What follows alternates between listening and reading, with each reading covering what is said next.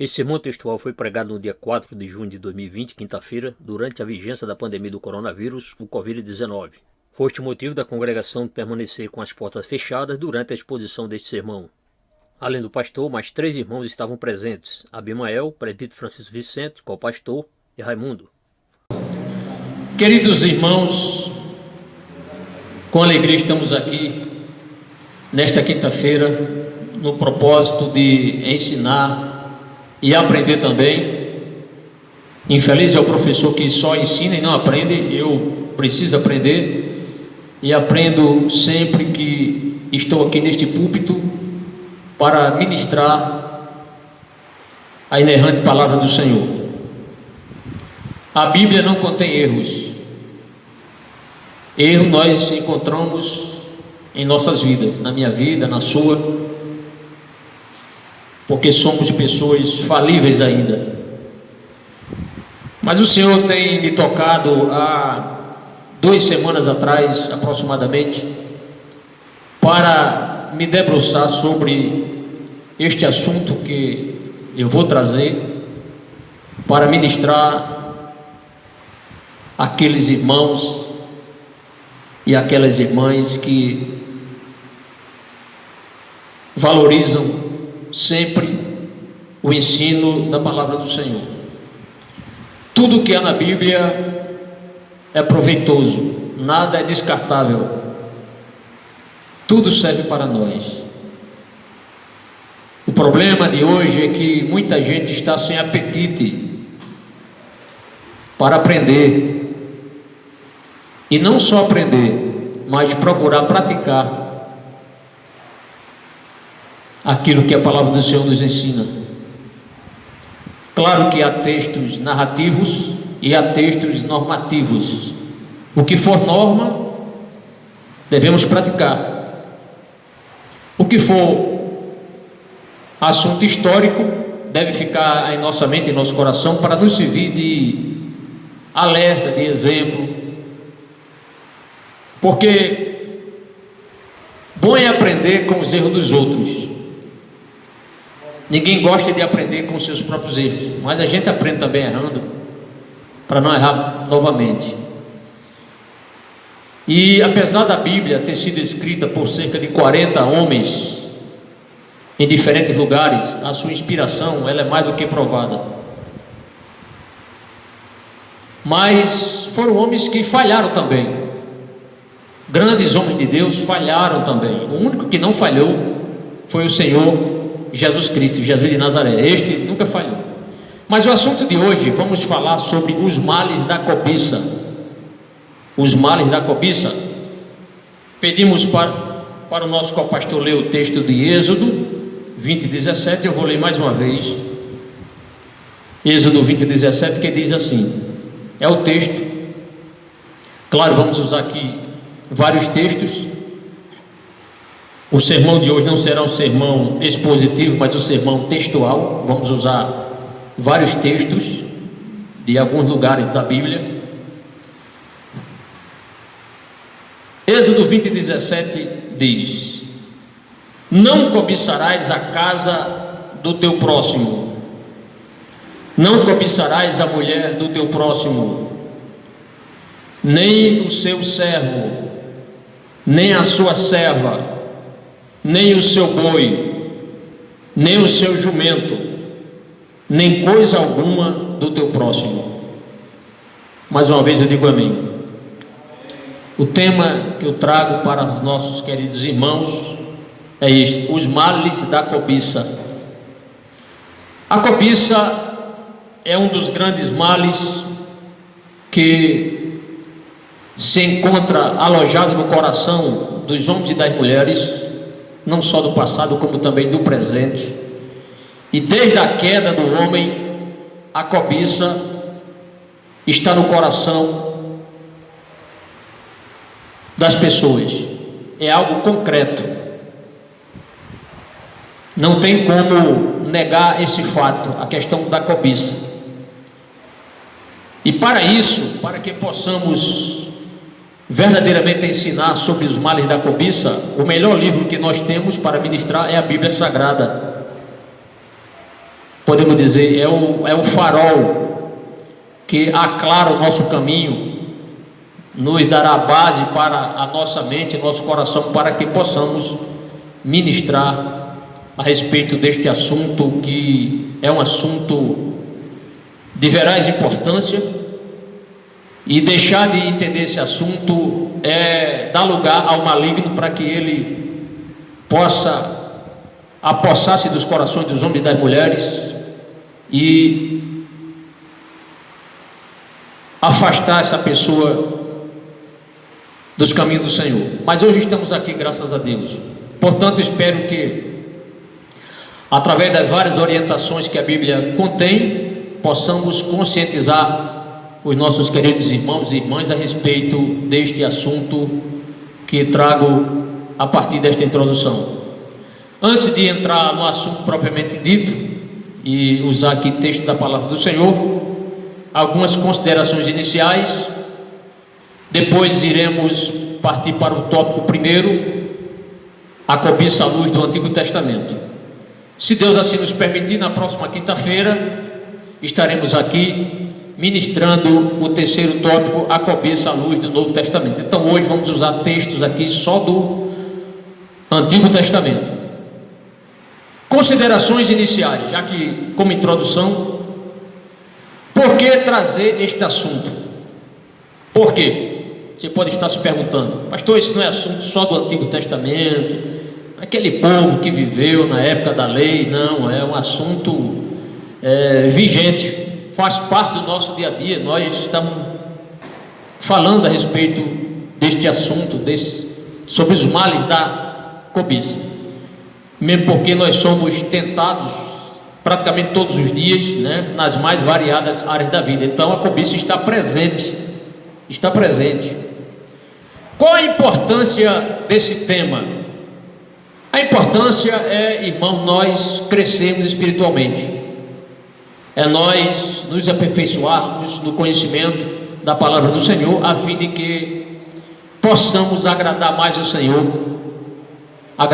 estarmos mais próximos do Senhor e não cumprir os desejos da nossa carne. E ainda falando sobre a importância desse tema, o crente, eu assim penso, nós nunca devemos parar de aprender. Não há nenhum crente, nenhum pastor, nenhum sábio nas Escrituras que possa dizer, eu sei tudo. Precisamos aprender diariamente. E além disso ainda, dando ainda mais importância, destacando a importância desse tema, é mostrar que nós estamos numa caminhada, estamos num processo. Nós já fomos justificados, mas nós estamos num processo, e esse processo, um dos processos que faz parte da salvação é a nossa santificação. Então estamos numa caminhada, assim como Israel esteve na caminhada no deserto, muitas provações, murmurações da parte de muitos, deixaram de confiar no Senhor, mas a palavra do Senhor, ela serve para nos orientar a nossa caminhada. Eu sei que muita gente gostaria que Êxodo 20:17 não existisse, mas só que está na Bíblia. O Decálogo, Êxodo capítulo 20, está ali a lei, uma síntese da lei, porque a lei não consta apenas dos 10 mandamentos. Segundo os melhores estudiosos, são 613 mandamentos. 613 mandamentos. Agora, claro, existe o Decálogo, os 10 mandamentos. Então estamos, entenda, num processo da nossa santificação, e esse processo ele é contínuo. Enquanto estivermos pisando nesse chão, o processo da santificação deve nos acompanhar. Só vamos parar essa santificação quando nós atingirmos o ápice, não é? Quando o nosso corpo for transformado, aí estaremos no céu. Mas enquanto estivermos na terra, a gente precisa se santificar mais. O que significa o termo ou a expressão cobiçar? Pastor Jefferson vai falar em cobiçar. O que é que o senhor pode nos já adiantar sobre o que é cobiçar. Aí eu precisei consultar o Aurélio, né, o dicionário, e encontrei duas definições. Uma definição diz o seguinte: preste atenção, isso aqui é importante, aqui ensino. Cobiçar, desejar exageradamente. Então, cobiçar é um exagero no desejo. Então, todo desejo de forma exagerada constitui-se numa cobiça. Exemplo: uma pessoa tem, o seu vizinho tem um carro novinho, aí você olha o carro dele e você deseja aquele carro para você. Deseja, vai dormir pensando no carro, acorda pensando no carro, que carro bonito, eu quero aquele carro. Então isso é cobiça, é querer algo que pertence a outra pessoa. Mas outra definição explica o seguinte: é ambicionar, ter ambição por algo, especialmente por riqueza, bens, propriedades. Então veja esta outra definição: é ambicionar algo. Aí ele especifica, especialmente riqueza, bens e propriedades. Agora, aguarde aí que eu vou falar mais alguma coisa sobre isso para você entender. Não quer dizer que a pessoa que, olha, eu quero ter um bom emprego, preciso ganhar mais dinheiro, isso não é uma cobiça.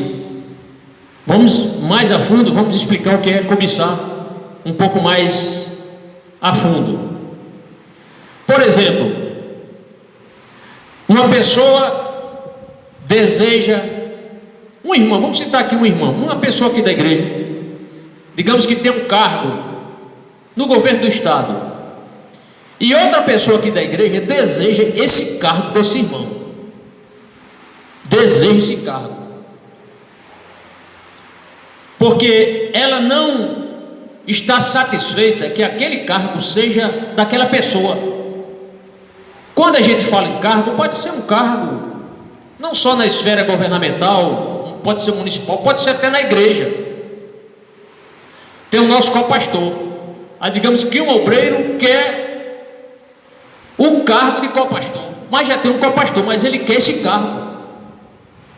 Isso é cobiçar. O irmão aqui cuida do som, o irmão Abimael, uma pessoa quer ir para o lugar dele, mas não quer trabalhar com ele quer assumir aquele cargo. Então isso também não deixa de ser cobiça. Cobiçar é ter algo que pertence a outrem. Vamos para um pouco mais para frente. Então essa é outra definição. Agora, é importante eu dizer aqui que cobiçar não é achar algo bonito. Não. Cobiçar não é você olhar e achar uma coisa bonita. Isso não é cobiçar. Por exemplo, você, já falei no vizinho, né? O vizinho da esquerda, vamos falar no vizinho da direita. O vizinho da direita tem um carro muito bonito. Você olha que carro bonito. Você não cobiçou, apenas disse que o carro era bonito. Então isso não é cobiçar. Uma casa, você olha para uma casa, que casa linda, casa bonita. Isso não é cobiça. Você olha para digamos, uma irmã olhou para um sapato, uma sandália da irmã e achou a sandália bonita. Isso não é cobiçar. Uma joia bonita, não é cobiçar. Entra um irmão aqui, ou uma irmã com uma roupa muito bonita, pode ser um irmão, pode ser uma irmã, e uma pessoa olha aqui, roupa bonita, que paletó bonito, que gravata bonita, né? Ou o vestido, a blusa da irmã. Isso não é cobiçar. Você olha para a pessoa, que pessoa bonita, né? Isso não é cobiçar também. Cobiçar, aí foi quando eu cheguei à conclusão. Cobiçar é desejar ardentemente o que pertence a outra pessoa. Então, se uma pessoa aqui na igreja, vamos usar aqui a igreja, tem uma irmã que acha uma blusa de uma irmã, um vestido da irmã, e deseja aquela roupa, né, daquela pessoa. Então, Cobiçar é desejar aquilo que é da pessoa, que pertence a outro. Certo? Se uma irmã, olha aqui, vê a irmã com um relógio muito bonito, achou bonito, até aí não é cobiça. Aí ela diz: irmã, você comprou aonde? Em loja tal. Se ela comprar um porque achou bonito, não é cobiça. A cobiça, ela só é caracterizada quando você deseja algo que pertence a outra pessoa.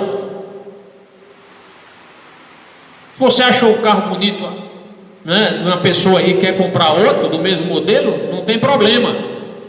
Você achou bonito, tem dinheiro e comprou. O problema é você querer aquilo que é da pessoa. Aí constitui-se a cobiça. Quais alguns sinônimos com referência ao termo cobiçar? Alguns sinônimos. Cobiçar é ambicionar o que é do outro. Cobiçar é desejar o que é do outro. Cobiçar é querer o que é do outro. Cobiçar é gananciar, ter a ganância pelo que é do outro, que pertence ao outro. Então tudo isso. Cobiçar é invejar também, está atrelado ali. Cobiçar e a inveja estão ali muito próximos, né? Cobiça e a inveja. Então, apenas essas considerações iniciais. Os irmãos entenderam aqui? Amém? Amém, irmão Bimael? Glória a Deus. Vamos então, com a graça do Senhor, usarmos agora a Bíblia. A cobiça à luz do Antigo Testamento. Como eu disse, a primeira parte hoje, a segunda parte, se Deus nos permitir, na próxima quinta-feira, a cobiça à luz do Novo Testamento. A cobiça à luz do Antigo Testamento. Quando nós lemos Gênesis capítulo 3, versículos 4 a 6, nós vamos ver ali a mulher, ela sendo tentada pela serpente, que era Satanás, usando a serpente para se comunicar com Eva. Podemos entender que Gênesis 3, 4 e 6 vai nos mostrar que a cobiça pelo poder, foi a cobiça pelo poder, levou Eva a desejar ter sabedoria igual à do Senhor. Então veja, a cobiça pelo poder. De quem era o poder? O poder era do Senhor. Mas o inimigo das nossas almas convenceu Eva que Eva poderia ser igual a Deus, na questão de saber fazer a distinção entre o bem e o mal, isto é, ter essa capacidade de discernimento igual a Deus. Então Satanás induziu a mulher, e a mulher deu ouvidos a Satanás e caiu. Por quê? Porque Eva caiu na conversa da serpente, Satanás, que induziu a mulher a achar que comendo do fruto proibido, ela teria o igual poder ao Criador. Então foi a cobiça pelo poder. E como tem gente cobiçando poder, que é a posição. Gênesis 3, 4 a 6, assim diz a palavra: então a serpente disse à mulher: é certo que não morrereis, porque Deus sabe que no dia em que dele comerdes, isto é, do fruto, se vos abrirão os olhos, olhe só, e como Deus sereis conhecedores do bem e do mal. Como Deus.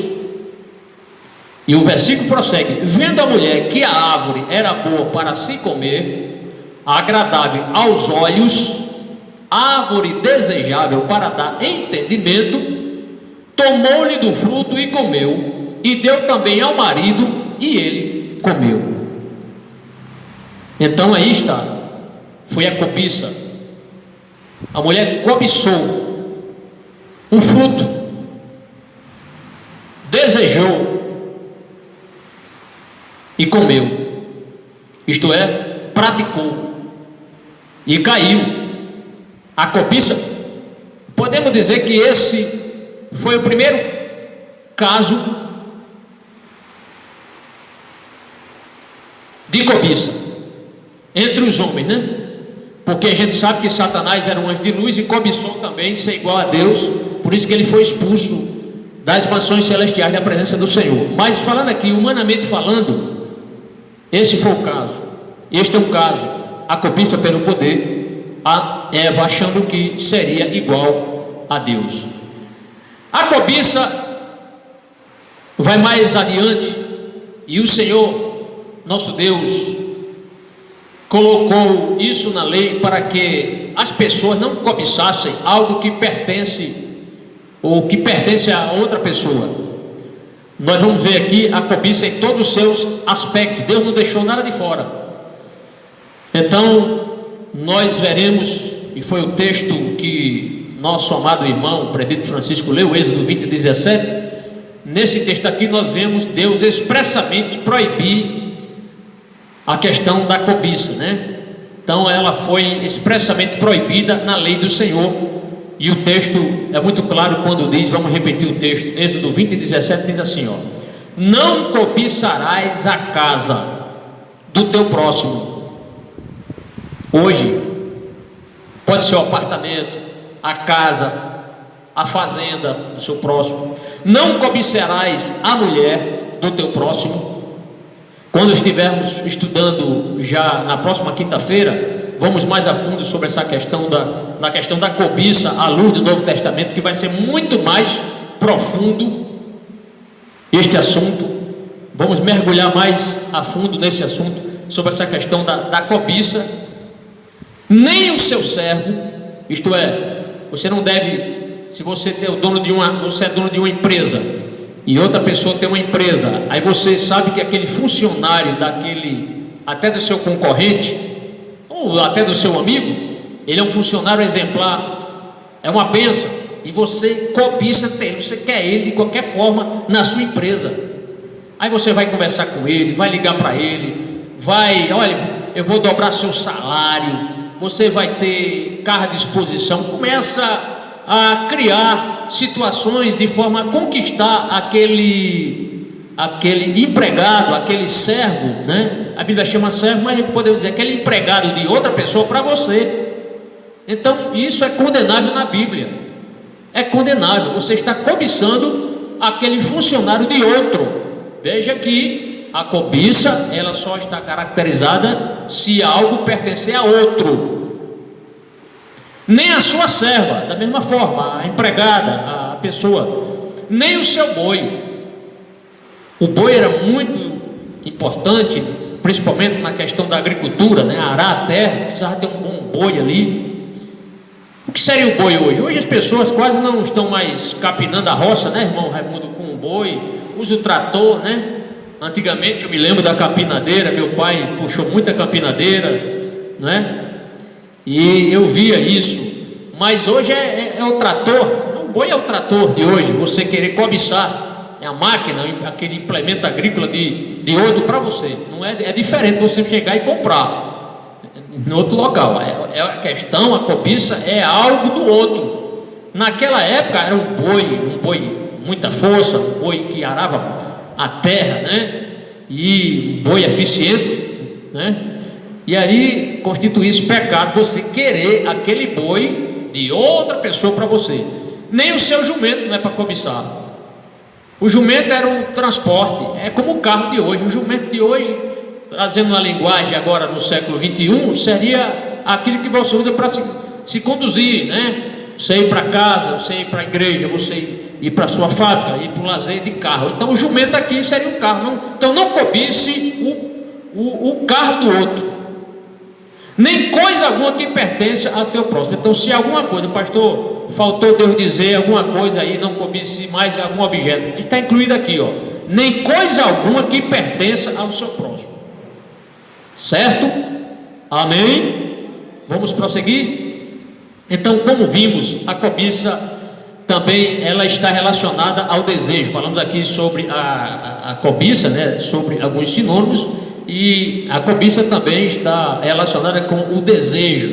Então, cobiça está relacionada ao desejo. Por exemplo, o povo de Israel, quando estava no Egito, aliás, saiu do Egito, pegou o caminho do deserto.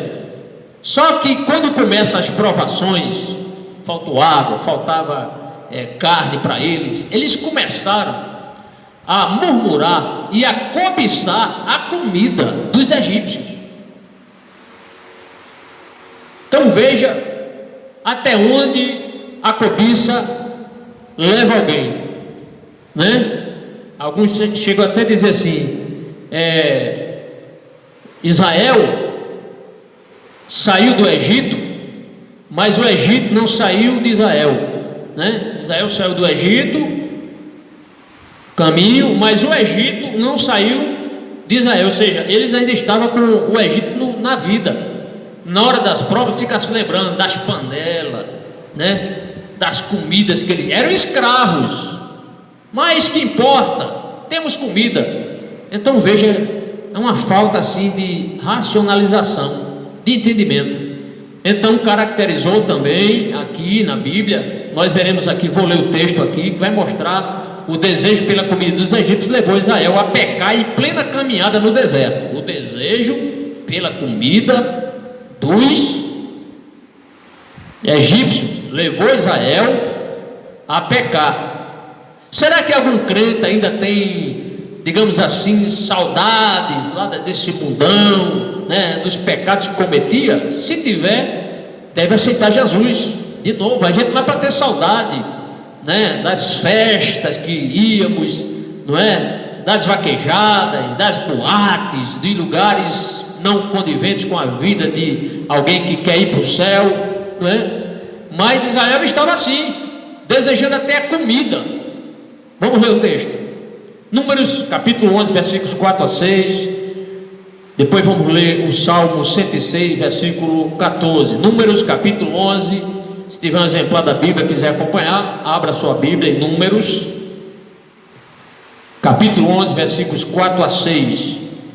Vejam até que ponto a cobiça estava no coração do povo de Israel no deserto. O texto diz assim: e o populacho, as pessoas que estavam ali, que estava no meio deles, veio a ter grande desejo das comidas dos egípcios, pelo que os filhos de Israel tornaram a chorar e também disseram. Então, quando Israel saiu lá do Egito, saiu ali 600 mil homens, fora mulheres e crianças. Alguns chegam a dizer 2 milhões de pessoas, incluindo mulheres e crianças, talvez até 3 milhões de pessoas. E foi também um misto de gente, uma população lá, que não era hebreu, mas queria sair lá do Egito. E esse povo também contaminou. E na hora que eles sentiram saudades das panelas lá do Egito, Israel também se lembrou e sentiu de igual sorte também, né, este desejo. E o populacho que estava no meio deles veio a ter grande desejo das comidas dos egípcios, pelo que os filhos de Israel tornaram a chorar e também disseram: quem nos dará carne a comer? Quem nos dará? Olhe, que afronta a Deus. Será que Deus não teria condições de alimentar esse povo? Você acha que Deus iria tirar o povo de Israel do Egito, enviou aquelas 10 pragas e iria agora matar o povo no deserto? Não, Deus não faria isso. Deus estava apenas testando, provando o povo, para ver até onde esse povo ia. Glória a Deus. E será que hoje nós que estamos vivendo este momento dificultoso que o mundo está atravessando, o Covid-19, será que isso também não é Deus nos testando? Eu creio que Deus está testando e provando os seus servos, e aquele que crê que Deus não mandou no seu povo, sabe que Deus pode a qualquer momento dar um basta e expulsar este coronavírus, esse vírus. Por outro lado também, Deus está trabalhando na vida de muitas pessoas que precisam entender que é um Deus dos céus, que não abandonou esta terra, não abandonou o ser humano, não. Deus não é um Deus covarde, Deus é um Deus próximo, Deus é um Deus imanente, Deus é um Deus presente. Bendito seja o nome do Senhor. Quem nos dará carne a comer? Aí ele fala assim: lembramos-nos dos peixes, que no Egito comíamos de graça, mas era escravo. dos pepinos, dos melões, dos alhos silvestres, das cebolas e dos alhos. Saudade até de cebola. Nada contra quem gosta de cebola. Agora, porém, seca-se a nossa alma, e nenhuma coisa vemos senão este maná. Olha, Deus mandou maná para eles. Este maná, desprezando a comida de Deus, mas era o que eles precisavam. O povo, claro que no deserto não tinha pepino, não tinha cebola, não tinha alho, não tinha esses condimentos, essas coisas, mas tinha a providência de Deus. O povo não iria morrer de fome, Deus não permitiria. Nem sempre a nossa despensa vai estar cheia. Vai chegar um momento que você vai abrir a geladeira e só tem água. Mas Deus não deixa de ser Deus porque só tem água. Não, Deus é o Deus de providência. Deus é o Jeová Jireh. Ele é o Deus provedor. Ele pode usar alguém e mandar fazer uma compra e chegar na sua casa e entregar uma feira, uma cesta básica. Ou vocês estão se esquecendo que Deus, quando secou-se a fonte lá da torrente de Querite, Deus disse: Elias, levanta-te, eu ordenei a uma viúva que vai te sustentar. Olha, viúva mal tinha para ele, mas Deus não deixou faltar comida, viu, irmão? Bendito seja o nome do Senhor. E o Salmo 106, versículo 14, diz assim: entregaram-se à cobiça no deserto e tentaram a Deus na solidão. Olha aí a cobiça. Cobiçaram a comida dos adversários, cobiçaram a comida dos inimigos. E aí o Espírito Santo fez com que o Salmo, ele testifica aqui, entregaram-se à cobiça no deserto. Então cobiçaram isso, e a cobiça desviou o povo de Deus. Por quê? Começaram a murmurar. Então tenhamos muito cuidado, amados irmãos, com essa questão da cobiça. É algo presente ainda na vida de muita gente. Vamos um pouco para frente. O povo chegou. Moisés não pisou na terra prometida, apenas contemplou. Mas o Senhor Deus levantou um homem chamado Josué, o novo líder que iria conquistar toda aquela terra para Israel. Os irmãos conhecem a história de Josué. O povo, quando de Deus foi naquela batalha foi batalhar contra Jericó, o povo obteve êxito, né? Uma vitória expressiva. Mas Deus tinha determinado, e Josué determinou, que ninguém se apossasse ali de nada. Não é para pegar nada. Mas alguém cobiçou. Quando a cidade foi destruída, alguém cobiçou algo que não deveria cobiçar. O nome deste homem é Acã.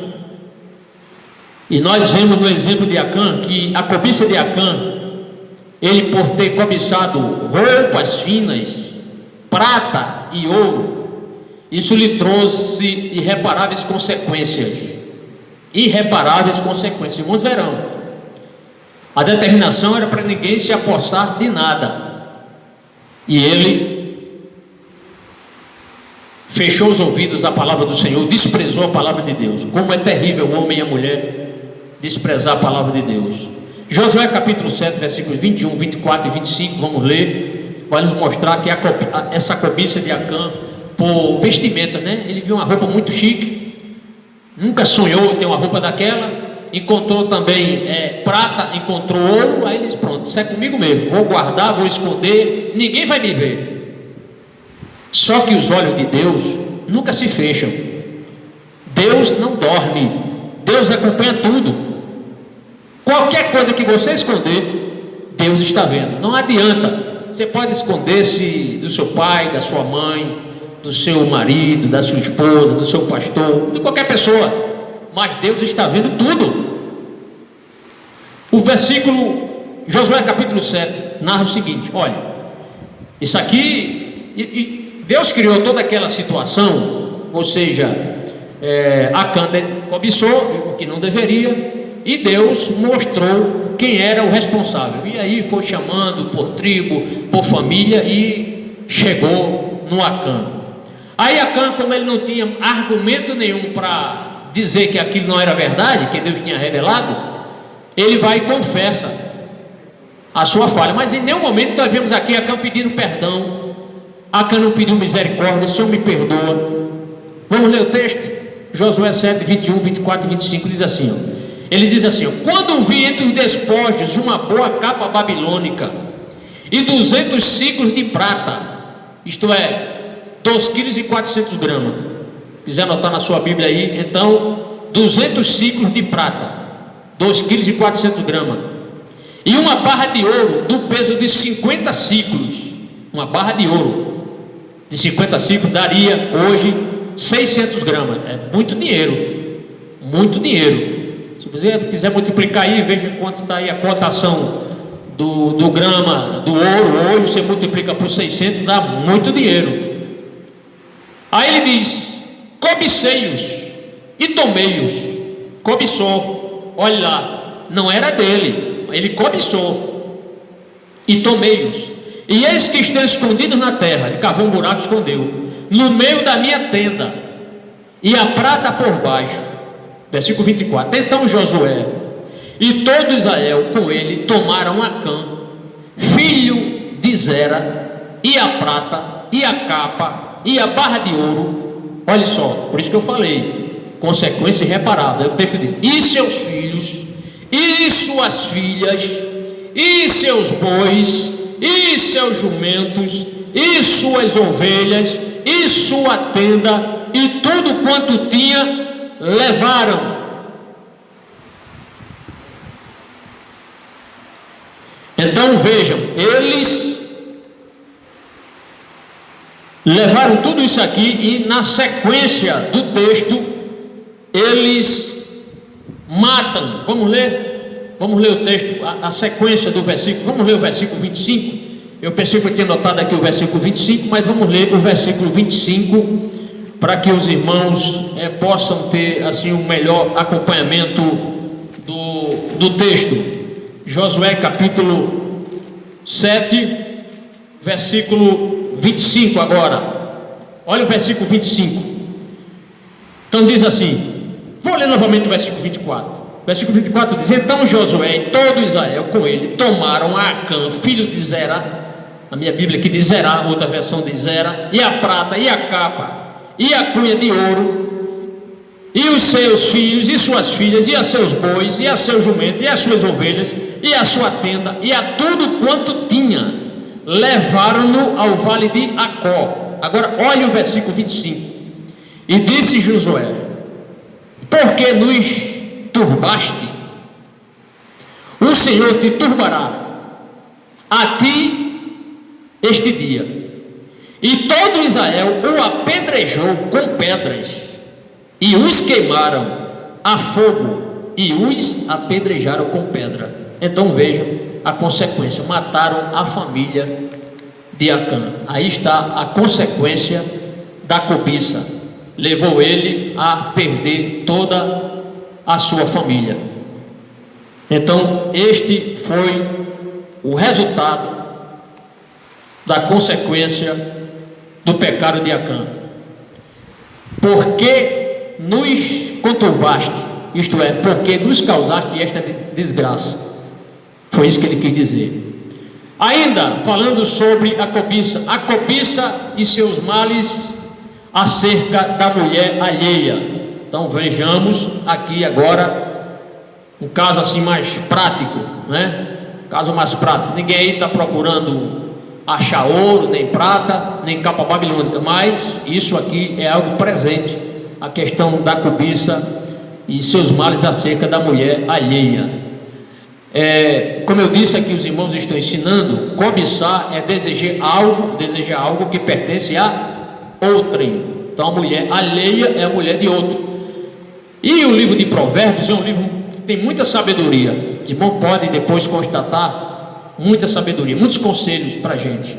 E quando a gente chega lá em Provérbios capítulo 6, versículo 23 a 29, nós vemos aqui as orientações do Senhor para que o homem, o jovem, não cobice a mulher alheia, a mulher que tem marido, a mulher casada com outro homem. Vejamos o que diz a palavra do Senhor, Provérbios 6, 23, diz assim: porque o mandamento é lâmpada e a instrução luz. É isso aqui que a gente estamos trazendo luz para os irmãos, né? Para as vossas almas, vossas mentes, vossos corações. E as repreensões da disciplina são o caminho da vida. 24. Para te guardares da vil mulher, não é da mulher educada, da mulher que respeita o marido. Existem muitas mulheres que respeitam o marido, mas tem mulher que não respeita o marido. Aqui é a Bíblia mostrando aqui, ó. Para te guardares da vil mulher e das lisonjas da mulher alheia, daquela conversa bonita, né? Conversa mole, e o camarada que não tem firmeza na palavra de Deus, não honra seu casamento, não honra a esposa, vai cair fatalmente pelas lisonjas, né? Pela lábia, não é? Então é isso que a Bíblia está nos advertindo. Aí o que aqui diz a Bíblia no versículo 25? Diz assim, ó: não cobice no teu coração a sua formosura, né? Não cobice no seu coração a sua formosura, nem te deixes prender com as suas olhadelas, né? Mulher olhou, piscou, né? Riu para o homem ali. Se a pessoa, se o homem, se o varão não tiver um casamento sólido, Deus no coração, ele vai ser tentado e possivelmente pode fraquejar nessa hora. Então são os conselhos do Senhor aqui: não cobice no seu coração a sua formosura, nem te deixes prender com as suas olhadelas. Versículo 26. Por uma prostituta, o máximo que se paga é um pedaço de pão, mas a adúltera anda à caça de vida preciosa, isto é, para destruir casamento. Existe gente assim, né? Que destrói, usada por Satanás para destruir casamento. Aí ele diz assim, ó: tomará alguém fogo no seu seio, sem que as suas vestes se incendeiem? Olha, se o fogo queimar aqui, essa parte aqui, peitoral, minha, sua, vai queimar também a roupa, a parte externa do corpo, né? É isso que ele está dizendo: tomará alguém fogo no seio, sem que as suas vestes se incendeiem?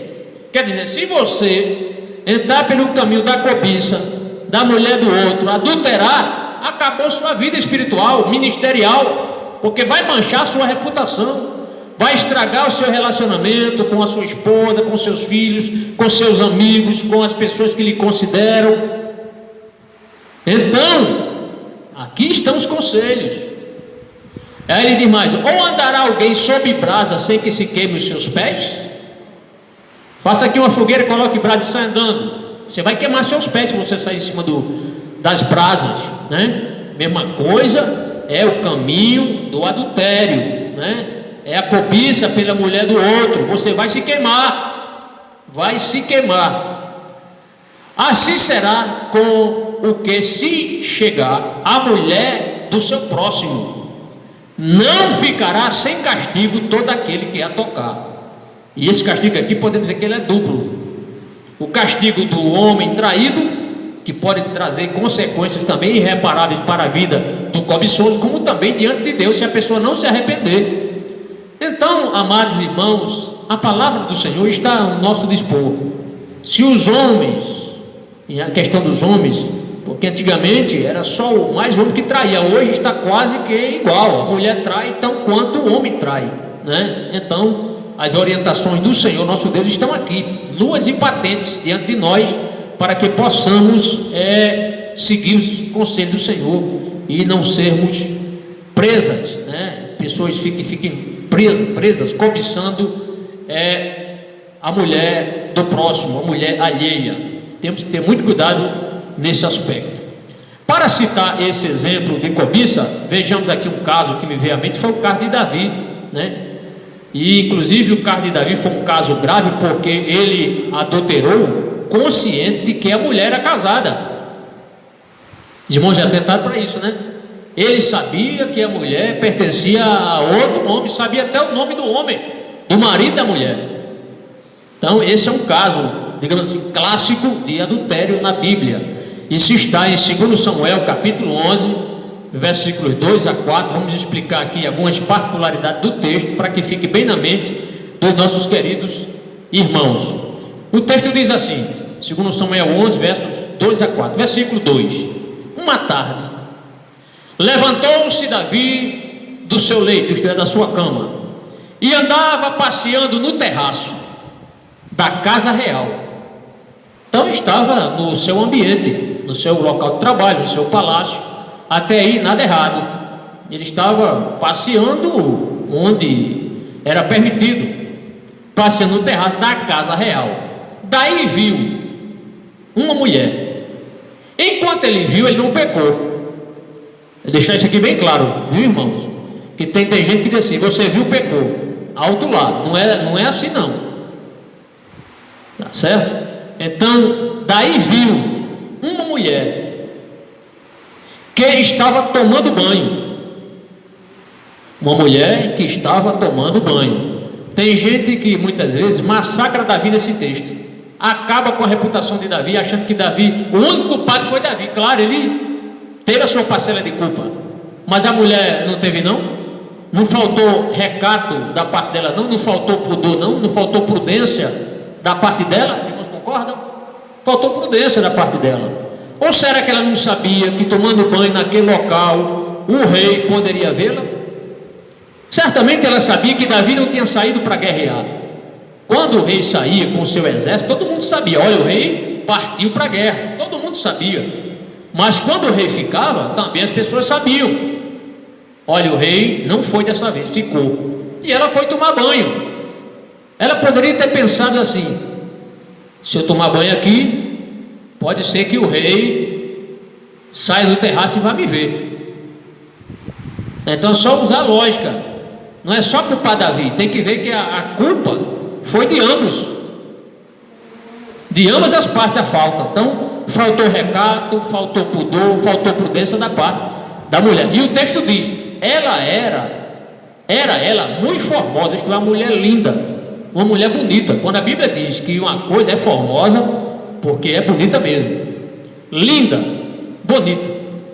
Versículo 3: Davi mandou perguntar quem era, isto é, interesse, olha aí o interesse, quem era. Davi mandou perguntar, versículo 3, quem era. Disseram-lhe: é Batseba, filha de Eliã, olha agora, e mulher de Urias, o Eteu.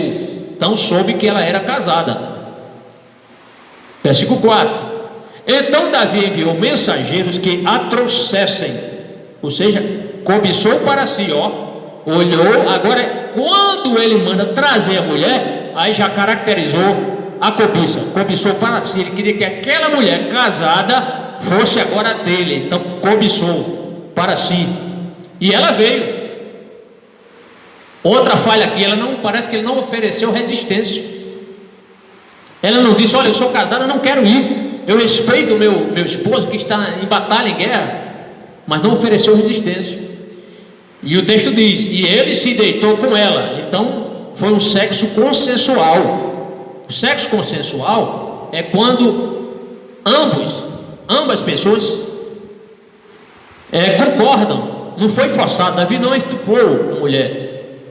Então foi sexo consensual. Tendo-se ela purificado da sua imundícia, ou seja, tomou um banho, né, como se nada tivesse acontecido, voltou para a sua casa. Então foi a cobiça aqui. Agora, houve a falha de ambos. Davi, porque cobiçou algo que não era dele, e a mulher também, que não teve pudor, não escolheu um local para tomar banho, local reservado, mas ficou ali. E eu acredito que ela sabia, poderia até saber a hora que Davi dava um passeio, né? Então, não vou entrar aqui e nem vou forçar o texto, mas são coisas que a gente fica assim com a pulga atrás da orelha, entendendo assim como são as pessoas. Então, este fato, esse caso aqui, é um caso assim, que merece muita atenção, essa questão da cobiça. E grandes homens de Deus, pregadores, pastores, cantores, pessoas comprometidas com a obra de Deus, pessoas de renome, né, têm perdido ministérios por se envolver com a mulher do próximo e também com o marido da próxima, né? Também essa questão. Então hoje ainda existe, e como existe hoje, a questão da cobiça. Hoje as pessoas estão cobiçando a partir das redes sociais, né? Por isso que a gente pede para os irmãos, evite estar se expondo, né, na sua intimidade, no seu lazer, né? Não está colocando fotos suas assim de trajes sumários, porque vai despertar a lascívia, o desejo dos homens, e da mesma forma na mulher, né? Então cada um tem essa questão para ter muito cuidado. Então, muito cuidado com as redes sociais. Então, tanto homens como mulheres têm caído hoje nesse pecado. E temos que ter muita atenção nesse aspecto. Bem, quando eu li o texto de Provérbios 6, 23 e 29, eu vou ler mais uma vez esse versículo 29 de Provérbios, quando ele diz assim: assim será com o que se chegar a mulher do seu próximo, não ficará sem castigo todo aquele que a tocar. É bíblico que o marido ele fique irado em saber que alguém cobiçou sua mulher, cobiçou e adulterou com a mulher, né? Isso é um caso grave, um caso gravíssimo, né? Então, quando o marido traído vem tomar satisfação com o cobiçoso, ou seja, o adúltero, isso não é caso de possessão demoníaca. Já ouvi falar aí, o marido perdeu a cabeça, estava endemoniado porque foi tomar satisfação com o marido que cobiçou, né, adulterou com a sua mulher. Isso não é possessão demoníaca, não. Isso aí é a questão do homem em si. Qual é o homem que ficaria feliz em saber que sua mulher foi cobiçada e chegou a adulterar, não é, traindo a sua confiança com outro homem? Então, se o marido ficar exasperado, isso não é possessão demoníaca, não. Eu acredito mais que o endemoniado é um cobiçoso e não o marido traído. Então temos que rever isso, tá certo? Então, se alguém disser, aquele marido fez aquele escândalo porque estava endemoniado, será que estava endemoniado mesmo? Prefiro acreditar que o endemoniado era a pessoa que cobiçou e adulterou. Não é melhor consultarmos a Bíblia? Vamos ler Provérbios 6, 32 a 35. Olha o que é que diz a Bíblia aqui: o que adultera com a mulher é falta de entendimento. O que adultera com a mulher é falta de entendimento. Destrói a sua alma o que tal faz. Quando fala na alma aqui, fala no ministério, fala não só em destruir o ministério, mas a moral da pessoa, né? Aí o texto prossegue: achará castigo e vilipêndio, e o seu opróbrio nunca se apagará. Deus perdoa o adultério? Perdoa, mas as pessoas nunca vão se esquecer. Se algum irmão aqui ou fora dessa igreja adulterar, qualquer pessoa que esteja me ouvindo, se você se arrepender, lógico, é evidente que Deus perdoa. Não perdoa, irmão? Deus perdoa. Mas nós, seres humanos, vamos sempre nos lembrar quando vermos a sua face. Este irmão, esse pastor, esse cantor, esse obreiro, esse irmão adulterou, traiu a esposa, tá certo? A gente entende que Deus perdoa? Lógico. Deus perdoou Davi? Lógico. Temos arrependimento de Davi. Mas olha, estou falando de Davi agora aqui, não é? 3.000 anos depois, falando sobre Davi. Então, achará castigo e vilipêndio, e o seu opróbrio, ou seja, sua vergonha, nunca se apagará, porque furioso, olha aqui a fúria do marido, furioso, porque furioso é o ciúme do marido. O marido vai ficar furioso de saber que sua esposa o traiu, e de maneira nenhuma perdoará no dia da vingança. Nenhum resgate aceitará. Não, eu adulterei com sua mulher, pega aqui 100 mil reais, 200 mil reais. Se for um homem de verdade, ele não vai querer isso, porque isso não compra a sua moral, né? Então, nenhum resgate aceitará, nem consentirá ainda que multiplique os seus presentes, ou os presentes. Então é isso que a Bíblia diz. Se todo mundo obedecesse a palavra do Senhor, se todos os maridos honrassem suas esposas, né? As esposas honrassem seus maridos, não precisaríamos nem estarmos aqui falando sobre isso, mas é necessário falar, porque isso está em voga, isso é algo real, é algo patente. Bem, continuando ainda sobre este assunto, isso nos permite concluir que é bíblico um marido traído procurar o ofensor para tomar satisfação. Lembra essa questão que alguém disse que o marido lá estava endemoniado? Não, a Bíblia que mostrei com texto que o marido ele fica furioso e por causa dessa traição.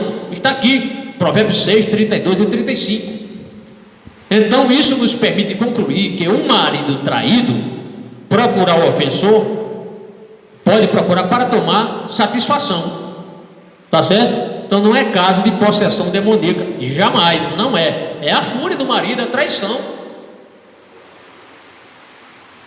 É aquela famosa frase, né? A gente acha que, como alguém diz aí, pimenta só arde nos olhos dos outros, né? Não é isso? Pimenta nos olhos dos outros é refresco. Então, peça a Deus para você nunca passar por uma situação dessa, né? De uma traição, porque é algo terrível, né? Graças a Deus, nunca passei por isso, e creio em Deus que nunca passarei. Amo minha esposa e creio da mesma forma. Sou correspondido com minha esposa e espero que você também seja, para que você não entre por esse caminho da cobiça, né? Da cobiça. Muitas vezes começa com um olhar e ali vai se alimentando. Hoje tem redes sociais, aí tem aquelas conversas de WhatsApp, né? E esse negócio de marido, lá em casa, graças a Deus, o celular meu não tem segredo, nem da minha esposa. Marido que tem o seu celular, viu, irmão? Você tem seu celular, você confia na sua esposa e vice-versa, então não para que ter senha no celular, né? Então, onde tem senha, por que a esposa não pode mexer no celular? Tem alguma coisa ali que ela não possa ver? E da mesma forma o marido, né? Então, muito cuidado com as redes sociais. Eu conheço pessoas da igreja que hoje estão no mundo porque começaram nas redes sociais, começaram a cobiçar nas redes sociais, manda uma foto, né? Manda isso, manda aquilo, manda conversa, né? Grava áudio, depois, como aconteceu aí há alguns meses atrás ou até anos atrás aí, faz o print e aí não tem, meu amigo, conversa, né? Na hora de provar, está ali a prova. Então, que você não entre por este caminho e seja um crente fiel. E por último aqui ainda, olha o que a cobiça fez no passado também. Além de tudo isso que eu falei, a cobiça levou pessoas a cometer grandes injustiças contra um homem inocente. Foi a cobiça que levou Jezabel, aliás, Jezabel era esposa do rei Acabe. Acabe vai cobiçar algo de outro. Está lembrado Davi e Nabote, né? Não lembra? Davi e Nabote. Isso está em 1 Reis capítulo 21, versículos 1, 4, 7 e 13. Lá em Jezreel, encostado ao muro do palácio de Acabe. Acabe ele tinha o palácio dele que ficava em Samaria, mas Jezreel era o palácio de verão dele, o palácio de, digamos assim, de mais conforto para ele ir ali para o seu lazer. E junto ao muro do palácio tinha uma vinha, e essa vinha pertencia a um homem de Deus, um homem temente, um homem fiel a Deus, aos seus antepassados, né? Porque naquela época a herança era passada para as famílias. Então não poderia eu vender a minha herança, né? Só em uma situação extrema, de pobreza extrema, a lei permitia vender, mas depois alguém deveria comprar de volta, né? Esta terra para ficar na família. Tem que ter um resgatador. O que é que a Bíblia vai nos mostrar? que a cobiça levou uma pessoa a cometer uma injustiça contra um homem inocente. Vamos ler o texto? Vamos ler. Está aqui, ó. 1 Reis, capítulo 21, versículos 1, 4, 7 e 3. Vou ler. Sucedeu depois disto o seguinte: Nabote, o jezreelita, ele morava em Jezreel, possuía uma vinha ao lado do palácio que Acabe, rei de Samaria, tinha em Jezreel, que era o palácio de verão dele, o palácio de descanso. Disse Acabe a Nabote: olha só, dá-me a tua vinha.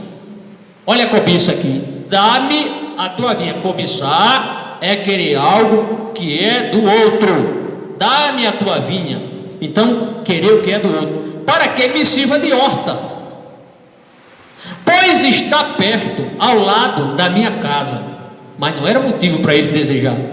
Dar-te-ei por ela outra, melhor, ou se for do teu agrado, dar-te-ei em dinheiro o que ela vale. Versículo 3: Porém Nabote disse a Acabe: guarde-me o Senhor, ou seja, um homem temente a Deus, guarde-me o Senhor, de que eu dê a herança de meus pais.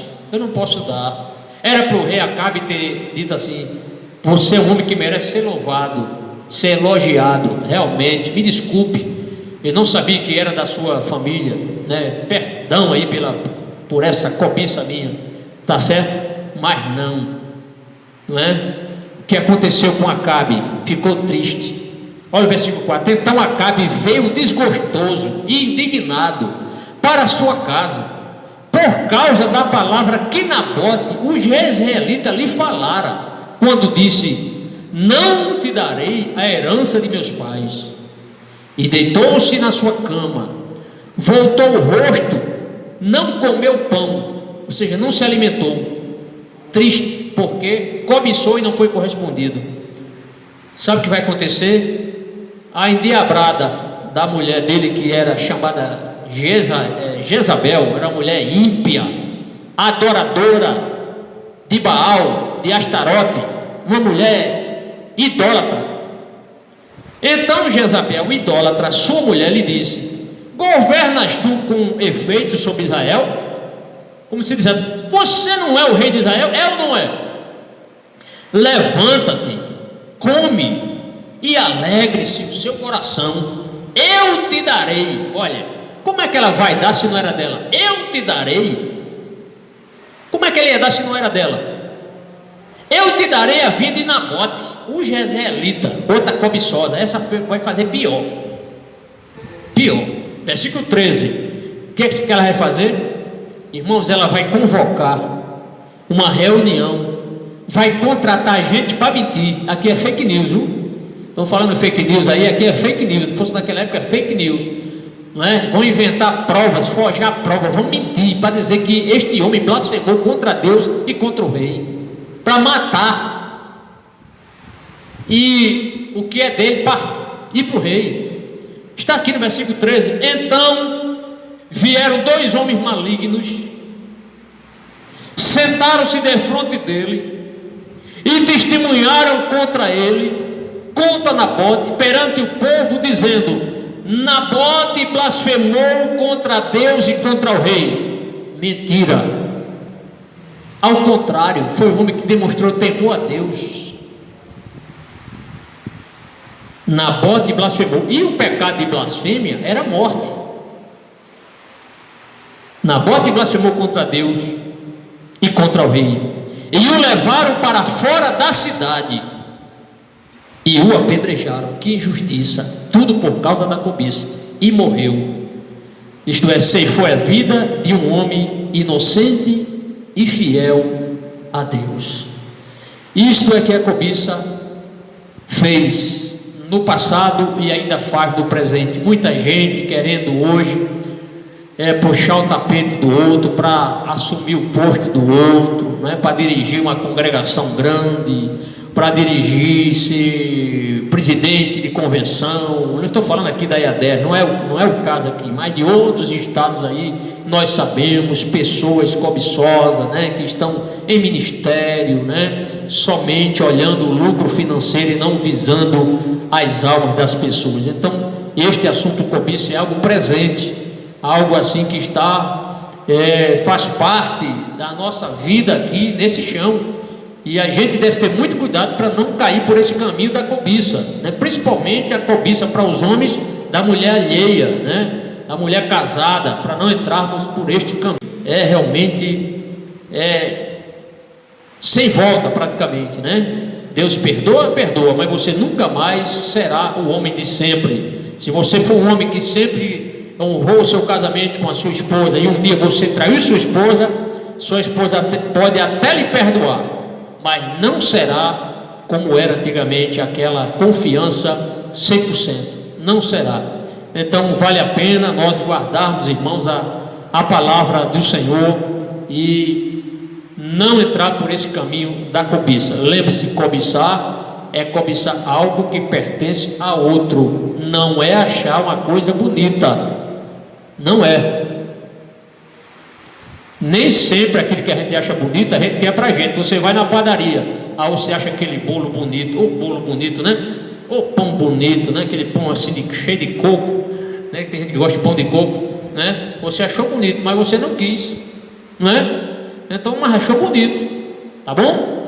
Então, nem sempre aquilo que a gente acha bonito é cobiça, tá certo? É bom deixar isso claro, porque tem muitas mulheres ciumentas que às vezes o marido diz: aquela irmã é muito bonita, a mulher às vezes fica com ciúme, só porque disse isso, não é? Tem marido ciumento na igreja que às vezes não permite nem que a sua esposa aperte a mão de outro irmão, porque é ciumento. Então o ciúme é algo do diabo. Ciúme não é coisa de crente não, tá certo? O amor, a Bíblia diz, o amor não arde em ciúmes, e tem gente se ardendo aí em ciúme, viu? Então aceite Jesus de novo, tire a ciumeira e o ciúme do seu coração, porque isso não é de Deus. Que Deus abençoe a todos. Vamos concluir, se Deus assim nos permitir, na próxima quinta-feira, e aí o assunto vai ser mais profundo, porque agora é uma nova revelação, e esta revelação é do Senhor Jesus Cristo. Vamos orar agradecendo ao nosso Pai. Oremos.